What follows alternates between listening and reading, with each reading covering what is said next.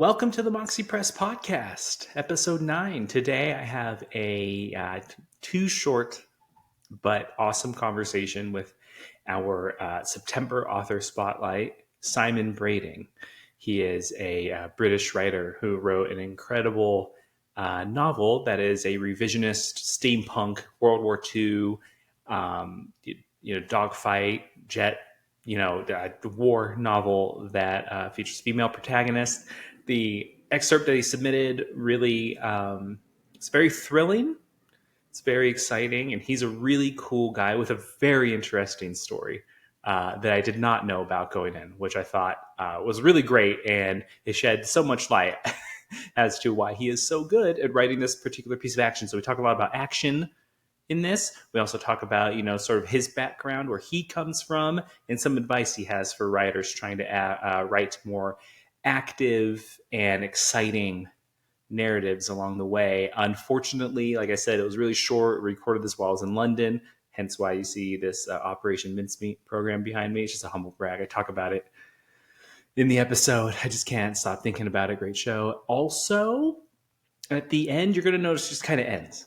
And that's just because recording it from my hotel room meant that the Wi-Fi was not amazing. And because it wasn't amazing, part of the track got left off. Luckily, nothing important. It's literally just us being awkward and trying to say bye to each other. So the rest of it's fully intact, but that's why it ends how it ends, which is a little weird, but you've been warned. So you can't say I didn't tell you. That's it. Have a good time listening. Get into it.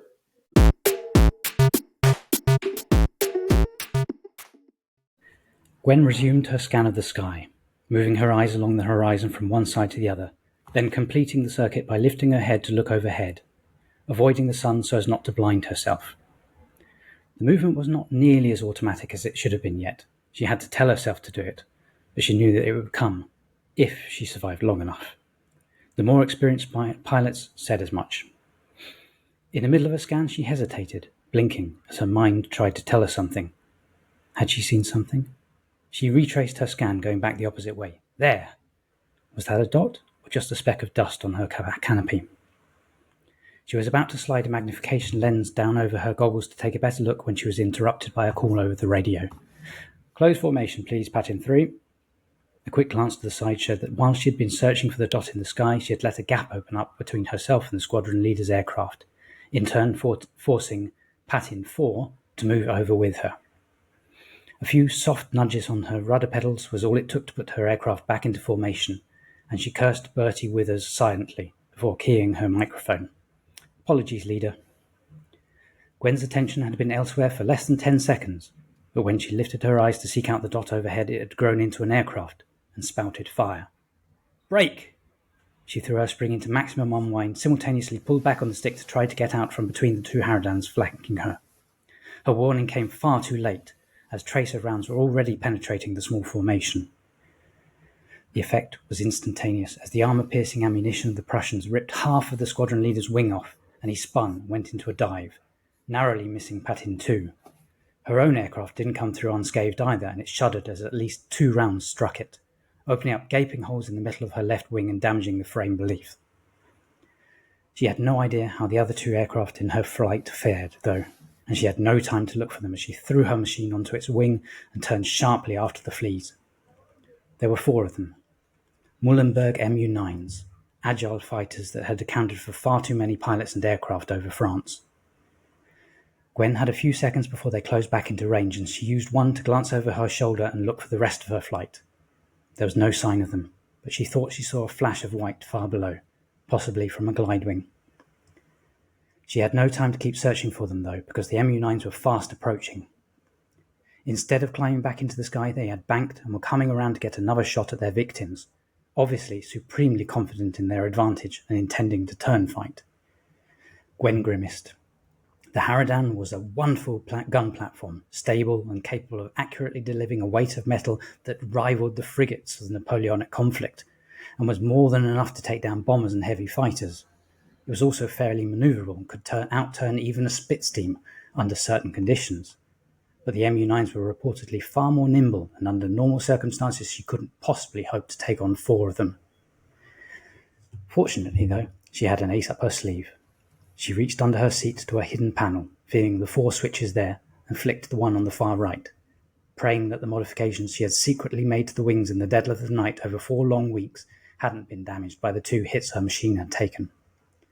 She was relieved to hear a high-pitched whirring sound as the small springs uncoiled, extending panels from the wings and altering their configuration. Now she just had to hope that the odds in their favour and better machines would make the fleas so sure of their victory that they would become complacent and make a mistake. Whether they hadn't been expecting such a quick reaction on her part, or they were just as inexperienced as she was, the enemy pilots had already made their first mistake by turning the way they had. Instead of banking to come around behind her, they had turned the other way, and her increased rate of turn meant she was inside them. One by one, the 4 aircraft came into range. She was unable to get all of them in her sights because they were at different altitudes, but 2 of them lazily crossed through her sights, and she thumbed the button on her stick, holding it down for almost 2 seconds. For the first time ever, she fired in combat. The first of her rounds passed harmlessly in front of her intended target because she had overcompensated and led her target too far, but then the flea obliged her by flying into the stream. The enemy aircraft disintegrated, literally coming apart in the air. Stunned, Gwen froze. She had just killed someone. So that was an excerpt from The Battle Over Britain by Simon Brading.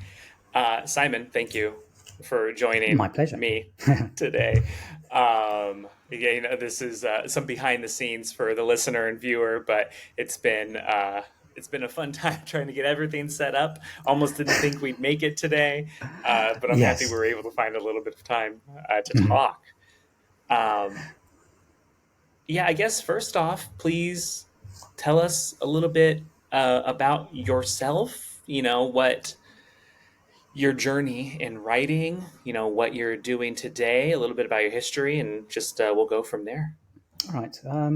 Well, I've been writing for approximately 10 years. When I was very young, I wanted to be a writer. We're talking when I was 7, and I had my father cut up pieces of paper about that much and staple them together so I could make a book. And 7-year-old kind of what I want to be when I grow up. That lasted maybe like a week. And that was the last time I'd actually figured I want to be a writer. From there it went to I want to be a policeman, a fireman, a detective, because I was reading Sherlock Holmes at the time.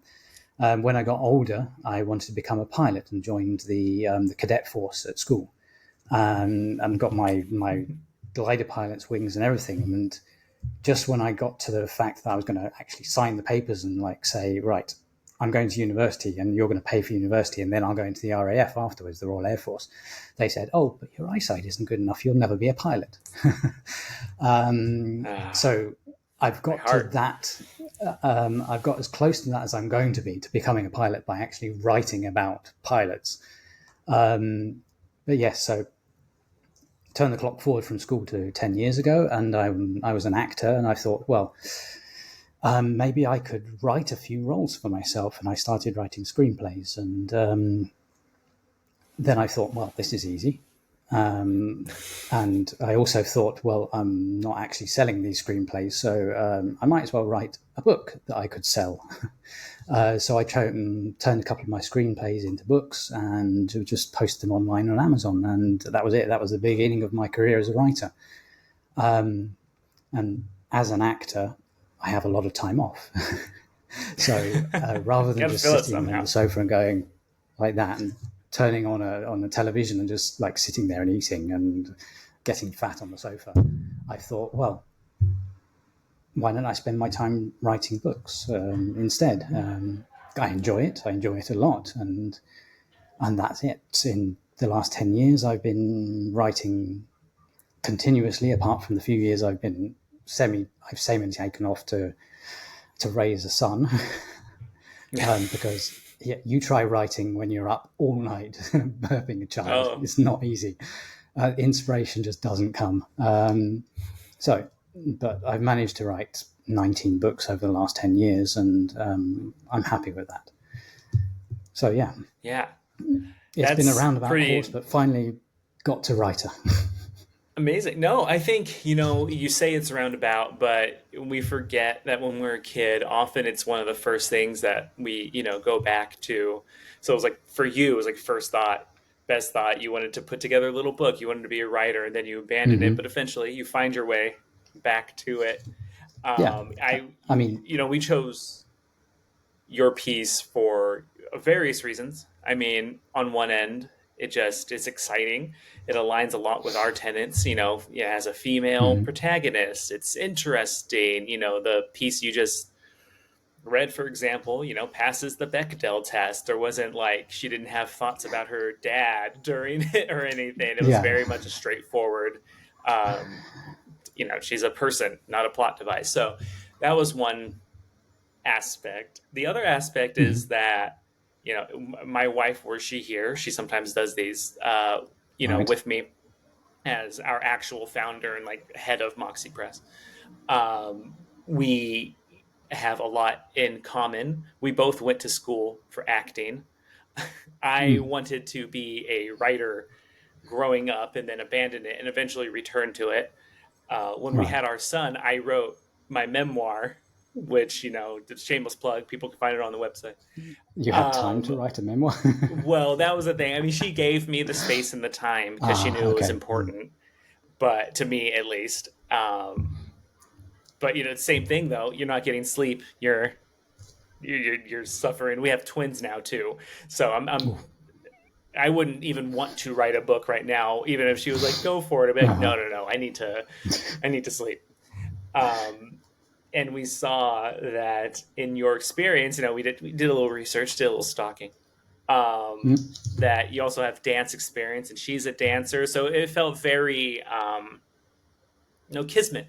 It felt very Yes. much, There's too many and then coincidences and similarities. Yeah. yeah, it was kind of cool. It kind of brought us together. Unfortunately, or I mean, fortunately for you, you are in Barcelona, Well, and I happen to be yes. in London this week. I was like, oh, I wonder if we can do it in person. But it's cool I that we're at know. least close enough. I was in London a month ago. Well, Oh, if only. yeah. So don't get over there very often, which is actually good for me. I much prefer it here. All right, well, the first thing I kind of just wanted to ask you about, I think one of the things people in our audience is largely indie writers, self-published writers, people just growing a community, looking for things they're interested in. Hmm. We also have people who love to read. Is You write action, in my opinion, very well. I think it is an exciting read. It feels active. It's not, your verbs are the way I would write the verbs. Everything feels very Right. moving forward. I Um, write it well, but don't read it aloud very well. I think is oh, what you're you're trying to great. say there. You have the British dialect. It sounds, always sounds good. Yeah. But one of the things is just a little bit going over your process of like how you write action. I think it's a big blocker for people when they sit Mm. down and they want to describe whether it's planes, it could be fighting. I think that is a roadblock people kind of don't always get around Right. very well. Do you have any tips for our listeners on writing action and excitement? Well, if you're going to write a fight scene, study martial arts for about 18 years, like I have. And if you're going to write a flying scene, learn how to fly, like I did as well. No, you don't have to do that. I mean, literally, the flying, I can imagine it in my eye because I have done it. But Mhm. there were times when I grabbed every airplane that I had around the house, and I had quite a few. I have a big plushy airplane. There's a photo on my Instagram of like I've lined all the aircraft up on my bed, and it's like, okay, this one's going that way, and these two are crossing across the front. And I've actually got them lined up on the bed, and I'm going right. So if that one turns that way, this one comes around that way. And if that one goes off that way, Mhm. what's and that's like you get the mechanics of the fight scene first, and then you worry about the words. You get it clear here. So it's the same with the fight scene. How many opponents have you got? Okay, so if I kick that way, I'm opening myself to that one, and then I have to come back and block this way. You get the mechanics like that in your mind. You imagine the fight scene as if it's like on the television. And then you go, right, put that into words. You simply, it's like he blocked to the right and then turned to the left to block again. You use the same words over and over again. And just make sure that that is understandable. Like you read it again, you go, right, does that say what I'm seeing in my mind? Okay, yes, Okay. it does. Once you've got that right, you then go back to the language. And the language is the last stage. The language is like, okay, I've said block 25 times. I've said kick 6 times. Right, there's strike, hit, things like this. You change those words. Right. You embellish. You put in the little touches like if you got hit, does it hurt? Are you sweating? Are you getting tired? If you're up in the air, are you hard for breathing hard? Because if you're turning in an aircraft at really high Gs, it becomes very hard to breathe, and it becomes very hard to see. You get black spots before your eyes. These are the kinds of things you add in to an action scene to make them not so much real, but as in put the person there. Like you say that she was seeing black spots before her eyes, but the reader can actually live that process. And it's like, we've all got up too quickly and something like this, and you've just gone, well, okay. Yeah. And you try and evoke that feeling in the writing, in the action scenes. So once you've got the bare bones, you then just like say, how do I get this so the reader understands it and can live it? And that's what I try to do. I think this is a great lesson for listeners and writers who maybe are either struggling with writing things that active or don't know where to even start with it or haven't done it, which is, in a previous episode, we talked with the writer about the value of research, which I think plays into what you're saying. 100%. You should research it. You should know if you can't fly a plane, what can you do to simulate that experience? But also the idea that it can be play.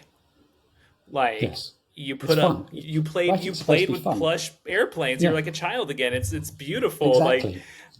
I think I even did sound effects, all that sort of stuff. Yeah, I mean, writing's supposed to be fun, and what you're saying as well. Somebody said, "Write what you know," and I would add to that, write what you know. But if you have to go somewhere else, make sure you know where you're going. If you're going, well, I think that is do the research for that as well, and make sure you know that, and then write it. Don't write something and then go, oh, is that right, or anything like that, because that will just bring on panic and you'll get blocked. Research first, write later. Our biggest problem as writers is like the moment you feel like you don't know what you're doing, yeah, you can tend to shut down, and to push through that is a good feeling. But like you said, like as one of my favorite things about that trope of write what you know is that they're not saying that you have to write for me, like a coming of age story about a kid in Silicon Valley. Like that is not necessarily, they're just saying, write what you understand. Yes. And there are ways to connect with the unknown. If people only write what they literally knew, there would be no science fiction. There would be no fantasy. No, but I think it's important to sometimes to find a way to connect with what is happening in your story is by exploring it. And some people maybe aren't comfortable playing, jumping around, making sounds, but sometimes you have to push yourself, I think at least, to a point where, whatever that is for you. It doesn't have to be plush airplanes. It can literally be, as watch like I said, like I went to school for acting, and obviously when I've written plays, and obviously there's always the moment where I look like a crazy person because I'm standing and I'm having like a dialogue and I'm going across the room, or even just muttering to myself, like what's, what is this character saying, and doing voices. It can be as simple as that. Yeah. It's a lot of fun until someone walks in on you and they're like, maybe save it for the page. But yeah. And I was very intrigued by the just how vivid yet simple your narrative is. That's, I think, the other thing is that when people, you said it, is that people are so concerned with just making it seem realistic instead of Mm. giving, and that might mean more flourish than it requires, when really you should be focusing. I mean, to correct me if I'm wrong, it's how just I'm interpreting your work, is giving the focusing on giving the reader a visceral Yeah. experience. I mean, All the think about flourish think stripped about a away. Yeah. movie. Think about a movie. The action scene is always bam, bam, bam, bam, bam. You get the idea of the action. And then after the action, there's all the talking stuff, the emotions and things like this. That's Mm-hmm. what takes time. The action is over in seconds. And it's the same for a Yes. book. The action has to evoke that rapidity, that speed of like action and thought and things like this. There isn't any time for thinking about the emotional content of what's actually happening. I mean, the end of that excerpt, for example, Gwen has just shot someone. It's the first time she's ever shot someone. The very end of that excerpt, and she suddenly realized it takes her out of it. It's like, I've just killed someone. What? And she has to deal with that. And in dealing with that, she takes so long dealing with that she realizes that she's lost the other enemy, and the other enemy is coming at her because she's actually taken a second, 2 seconds to process that fact, Which I which think she is so shouldn't have smart, done. because you're so aware of the fact that like she's going to get lost in thought. I'm going to do this in the writing, Mm, but that has a consequence, and the action yes. just keeps moving forward. Like, it's not, she didn't get lost in thought for, 3 pages Yeah. and then And and then everybody's she kept standing around flying and it was waiting. great. Yeah. So I think that that is also a very it seems obvious. I think people would be like, of course you want to make it a Mm, visceral experience, but when you write it, it's so hard to actually force yourself to sit down and have the discipline and the, do all the things you need to do to prepare to actually make it happen. I think people think it's easier than it really is. That's why I don't um, write action. Admittedly, I'm talking to you because you do it better than I do. So I find action very easy because I can picture it in my mind. And yeah. I go into an action writing session with a clear picture of how the fight is going to process and proceed. And I can literally write 4,000 words in half an hour because it just pours out of me. But then if you say to me, what is that character feeling at a dinner party or something like this, or what emotions are two people who have just encountered each other feeling, and I'll just clam up because I don't do emotions. I mean, there are emotions in my books. I have learned how to deal with them, but I'm British. I don't have emotions, or if I do, I bury them so deep that they don't ever come out. But yes, so I find writing emotion hard, and like all these romance writers that say that they produce 12 books a year or something like this, I'm going, okay, and how? But then I'll Yeah, sit well, down and write 4,000 words in half an hour for an action scene without blinking an eye. So it's just, I think, for you, again, correct me if I'm wrong, but you say you've written, was it 19 books in 10 years? yes. I think part of it too, and this is again another great thing people can learn from you, which is the idea of just doing it and getting used to it. You say you don't deal with emotion. And I'm sure you agree, but like, I believe it's not just that, but like, you actually do, but it comes through Yeah. in what you've I've kind learned of, to deal with emotion. I've learned to write emotion. I've had to. yeah. But you should see my first drafts of my first novel. It was like my action scenes. The whole book was just like dry. It was just like what happened. It was like a script in book form. Really, it's like this happened and that happened and this happened, and occasionally the character would go, "Oh, I'm a bit sad" or something like that, and that would be as far as the emotions got. But of course, that developed. It had to, um, It and had, and now I'm pretty comfortable writing. I'd rather not have to write it, but I understand that this is part of a book that the characters have emotions. Unfortunately, I mean, but and I'm yeah, sure that if you just let yourself at this point run wild and write, pure action or something, whatever, you'll mm, see that it probably comes through naturally. You're so adept at it that it's a vessel for that kind of thing at this point, and that's how it comes through. The other thing that you said was interesting in that, you think about it as a movie. One of the mm, things that we at Moxie Press, or I, um, did when I thought I was going to be a playwright and a screenwriter before I was basically talked out of it, Because they're like, if you want to love your work, don't be a screenwriter. If you want to make money, don't be a playwright. And so I was like, well, I Right. can do that on the side. Then that's beautiful. One of the things that I did to help myself finish my memoir was develop a book about planning a novel and writing a novel. And it plays into two things we talked about, but based on principles I learned from instructors about like the 4-act structure Mhm. in screenwriting, beat sheets, actual novel writing practices as well, but actually bringing it in because, again, like I think it's valuable. A book is just a really long movie. And I even hesitate to say it's like a TV show and the chapters are episodes. I would challenge people to be like, no, like if you wanted to, it's an 8-hour movie. It is a continuous narrative meant to be absorbed as one thing. And I just enjoy the fact that, like I think, we have a similar take on that in that like we have to visualize it actively. It is a thing that Mhm. we imagine people doing. It isn't just Dickens writing word, paint by the word. It is a thing that has to come alive, I think, for us. Absolutely. And I had to Absolutely. I develop mean, some method around it to help me do that. mhm.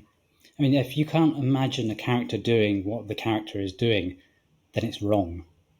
If you Right. can't, if you can't put yourself in their situation as if you are acting their part out, and what's coming out of their mouth, what they're feeling, if it feels wrong, then it is wrong. I mean, you have to be able to put yourself in their place, feel what they're feeling, and then express what they're doing. And sometimes when you're writing a book, a lot of people say this: my characters have gone off and done something that I wasn't expecting. That's because your Yeah, plan it's the didn't best fit in part. with your characters. Your characters, you had a plan, and your characters have basically said, "I would never do that," and they've gone off and done what they were supposed to be doing and what they felt like doing. And that's happened to me so many times. Like, it's unbelievable. Like, just about every book I've ever written, at least 2 or 3 times, because the Hmm. characters, you're writing them and you've got a plan for them, but they say no, no, I wouldn't do that. They, as you saying, as the character, they don't actually speak. I don't need the men in white coats. But yeah, you're writing this, and if you can't put yourself in a character's place, then you've got no business writing that character, really, as far as I'm concerned. You need I to actually agree. get into the book. You need to be Joey on Friends and get into the map, or just you need to you need to put yourself in their place as if you were acting it. And Right. if you read it out loud and you say their words and it doesn't sound right, then rewrite it. It's not what they're supposed to be saying. Well, and I think It's as that's simple as that. another important thing. You touched on it a little bit about early for one, early drafts. Hmm. Might not feel complete. They might feel weird and cold and very whatever by the numbers. I'm a big believer in the vomit draft. I think people should literally write the first draft of their book without thinking and then ball it up and throw it away.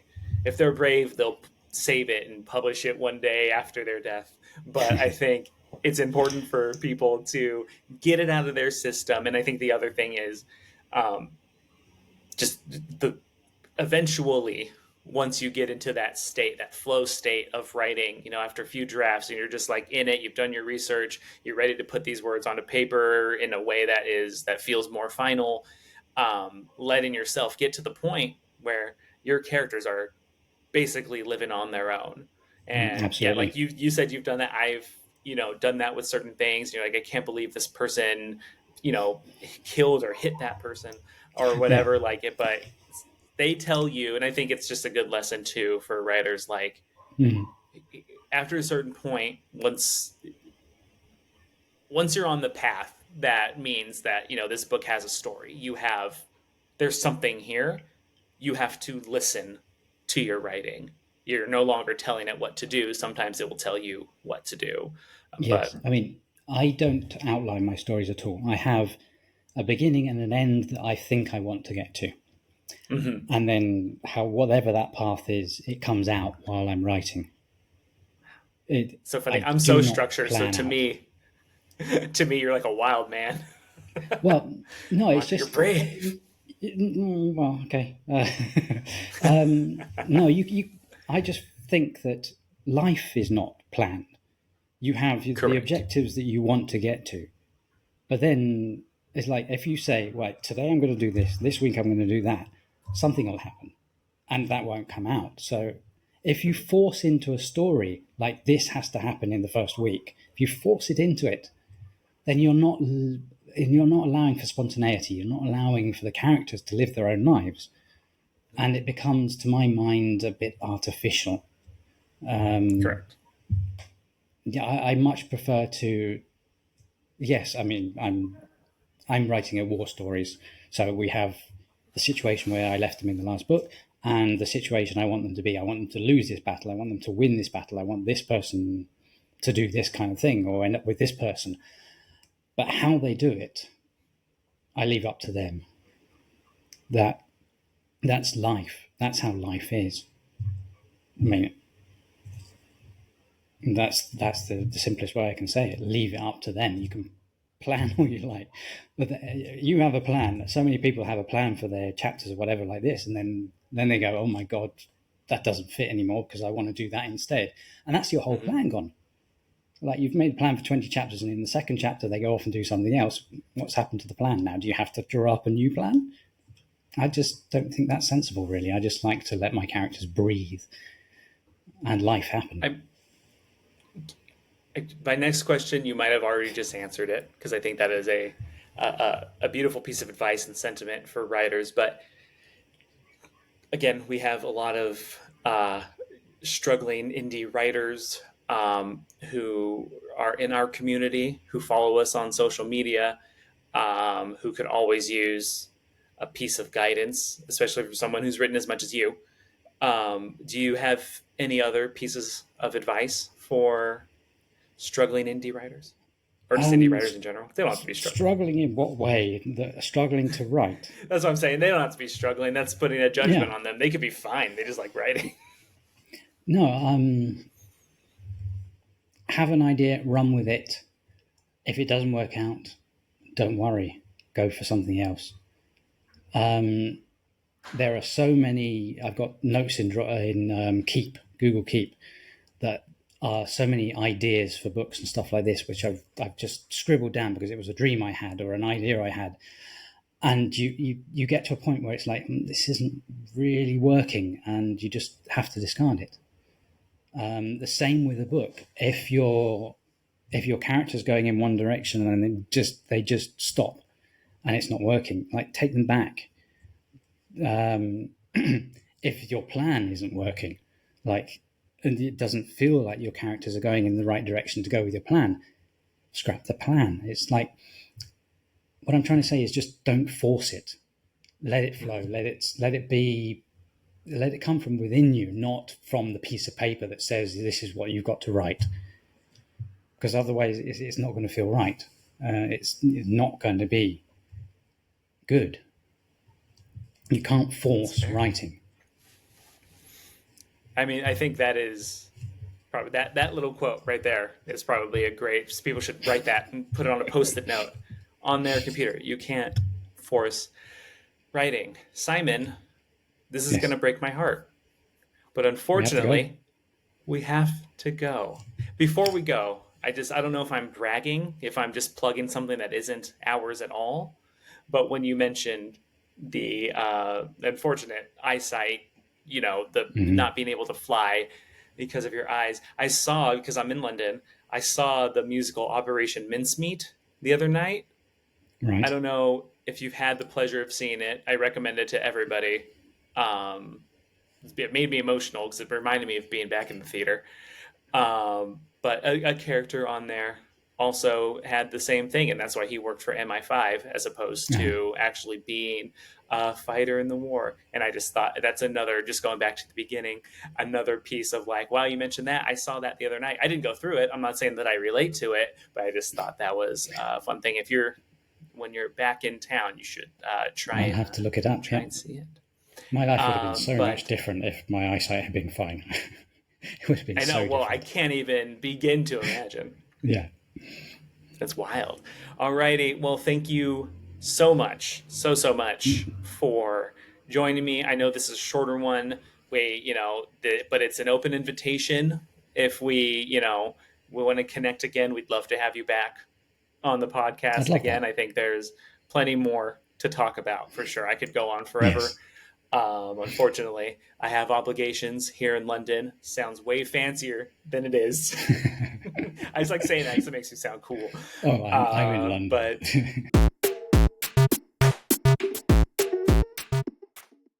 I told you it would end abruptly. Yeah, so now you see what I mean. That was Simon Braden. We will have him back because, like I say in the episode, I'm sure we could talk forever. Well, me, him, and Jesse, who wasn't able to join, have very similar tastes and backgrounds. So I feel like he'll be someone we have on again to continue telling his story, give more advice to writers. He's prolific in that he's written so much in such a little amount of time, and he's able to get these stories out there, and they've been effective. And I think it's good to talk to people who write a lot. It's a different mindset. There are people who write big things every few years, and that's their process. And some people's process just to go, go, go, get it out. I believe that is how you get better. It's just by doing it, doing it, doing it. That is the Ira Glass philosophy. So it's interesting to talk to somebody who shares that same mindset. Find us on social, please. TikTok, Instagram, Threads. We've actually been, since the last time we spoke, really enjoying Threads in that community. So please find us there. Again, Instagram and TikTok. TikTok, everyone knows. And above all, join the newsletter and share the newsletter with others. And if you are a writer, or you know someone else who's an indie writer who wants to get their work out in front of people and be on this podcast, submit your work. You can find us on social, our website, moxiepress.biz. You can find all of the links up at the top. Go exploring. And of course, I don't have it on me or else I'd show you, but of course, buy our book, Silly American, because why not? Go enjoy Silly American. It's Labor Day just passed, school's back in session. There's so much to enjoy. Holidays are coming up, makes a good gift. Get Silly American. It's on our website. Get it now. Or TikTok shop if you're on TikTok. You're like, oh, I want to get it. Get that. All right. Anyway, that's about it. Hope you enjoyed the episode. We'll have Simon back again. And until next time, lead with Moxie.